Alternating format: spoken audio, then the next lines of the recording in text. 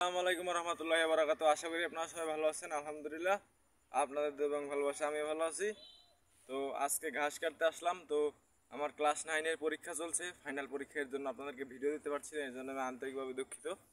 এবং এখন আমি যে জমিতে এসেছি এটা ঘাসের জমি। এই ঘাসের জমিতে আমি এখন ঘাস কাটতে এসেছি। তো গরুর জন্য এখন আমার মোটামুটি 4 বোঝা করে ঘাস লাগে। এবং এখন যে আমি নতুন জমিটা নিয়েছি এটা থেকে ঘাস কাটতে এসেছি। আর এখন শীতের টাইমে তো আমাদের এলাকাতে যে আউরের দাম, তো আমার মনে হয় না যে আউর কিনে গরু লালন পালন করে কোনো লাভ হবে বা পুষাবে। তো ঘাস অবশ্যই আপনার গরু পালনের 3 মাস আগে লাগাতে হবে কি 2 মাস আগে। তো ঘাসের কোনো বিকল্প নেই। তো আমি কোনো আউর খাওয়াই না, এখন খালি ঘাস। এবং এবারের সিজনে একজনের থেকে খালি 600 আউর কিনেছি। তো আরেকবার 4000-এর মতো আউর কিনেছিলাম, এবার খালি 600 আউর কিনেছি। তো বুঝতেই পারছেন যে আউর কিনে গরু পালবো না, ঘাস হয়ে যতখানি পালতে পারবো ততখানি পালবো। তো আউর রেখেছি বিপদ আপদে কোনো জায়গায় গেলে যাতে গরুকে দেওয়া যায়। এবং ঘাস আলহামদুলিল্লাহ 2 বিঘার মতো আছে। এবং 6 মাসের মতো নদীর চরে, আমাদের নারদ নদীর চরে হয়, ওখানে মোটামুটি 10 কাঠার মতো আছে। তো আমাদের দিকে 33% 1 বিঘা এবং 20 কাঠা 1 বিঘা। আপনাদেরকে কী মাপ আমি বলতে পারলাম না। তো এখন এই জমিগুলো থেকে আমি কেটেছি, এটা পুরাতন 2 বছর আগে লাগানো। মোতাগুলো উপরে উঠে গেছে। তো ক্যামেরাম্যান দেখাও, এই যে ঘাসগুলো দেখতে পাচ্ছেন আলহামদুলিল্লাহ। এই যে আলহামদুলিল্লাহ আলহামদুলিল্লাহ আল্লাহর রহমতে কি সুন্দর ফলন দেখতে পাচ্ছেন। তো ঘাসের কোনো বিকল্প নেই, গরু পাললে ঘাসের কোনো বিকল্প নেই। এবং এই যে এখন আমি ঘাসের বোঝাটি বাঁধবো।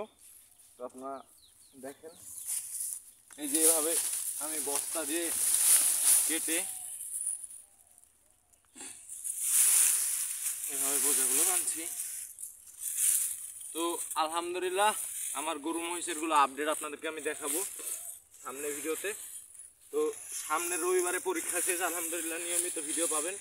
তো আজকে আগে ভাগে পরীক্ষা শেষ হয়ে গেল, তাই ঘাসের জমিতে আমার ছোটো ভাইকে ক্যামেরাম্যান হিসাবে আপনাদেরকে একটা ভিডিও দিলাম।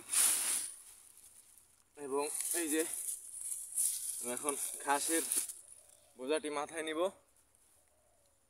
তো ওইদিকে দেখাও যে সুন্দর কীভাবে আপনার সাইড দিয়ে আমার কলা গাছ। তো কলা গাছগুলোতে একটু পচন বেরাম ধরেছে, তো কলা গাছগুলো মরে যাচ্ছে। তো এই যে এখন আমি বোঝাটা চেতাবো, আপনাদেরকে দেখাই যে গরু পাললে কিন্তু আপনার প্রত্যেক দিন ঘাস কাটতে হবে। এবং আমি একবারে ঘাস কাটি আপনার 11টা থেকে 1টা পর্যন্ত।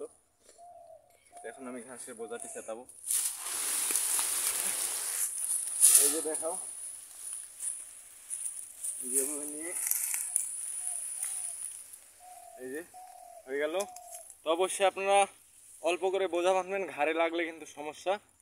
তো অবশ্যই আপনারা সবাই ভালো থাকবেন, সুস্থ থাকবেন এবং আমার জন্য দোয়া করবেন। আসসালামু আলাইকুম রহমতুল্লাহি ওয়া বারাকাতুহু।